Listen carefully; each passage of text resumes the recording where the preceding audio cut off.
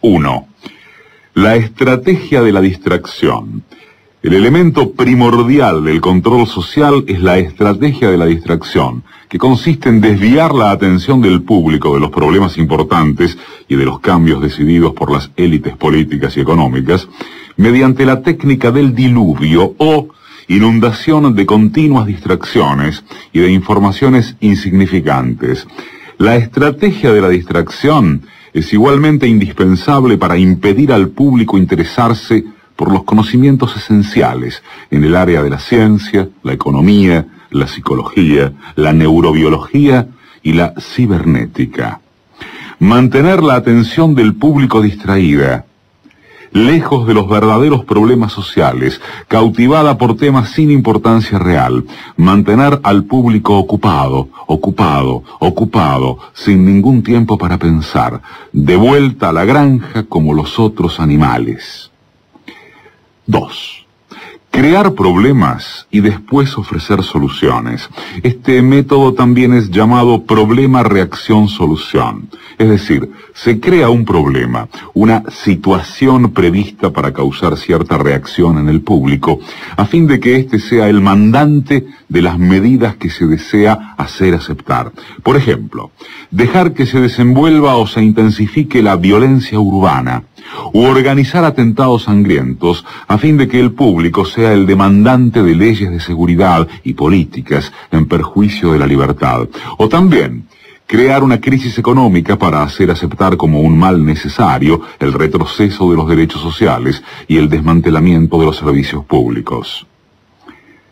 3. La estrategia de la gradualidad.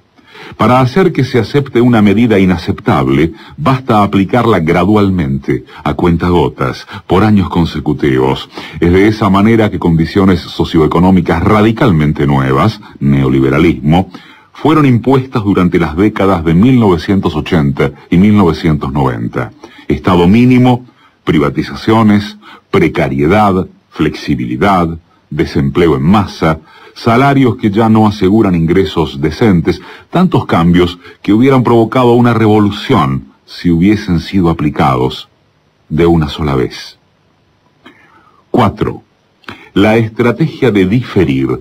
Otra manera de hacer aceptar una decisión impopular es la de presentarla como dolorosa y necesaria, obteniendo la aceptación pública, en el momento, para una aplicación futura.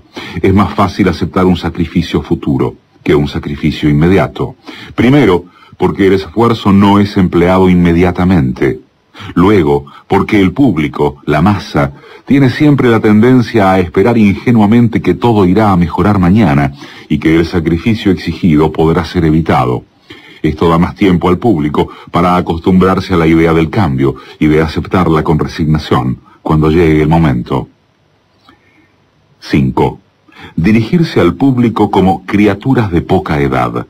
La mayoría de la publicidad dirigida al gran público utiliza discurso, argumentos, personajes y entonación particularmente infantiles, muchas veces próximos a la debilidad, como si el espectador fuese una criatura de poca edad.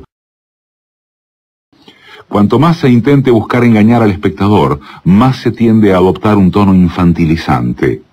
¿Por qué? Si uno se dirige a una persona como si ella tuviese la edad de 12 años o menos, entonces, en razón de la sugestionabilidad, ella, la persona, tenderá con cierta probabilidad a una respuesta o reacción también desprovista de un sentido crítico, como la de una persona de 12 años o menos de edad. 6. Utilizar el aspecto emocional mucho más que la reflexión.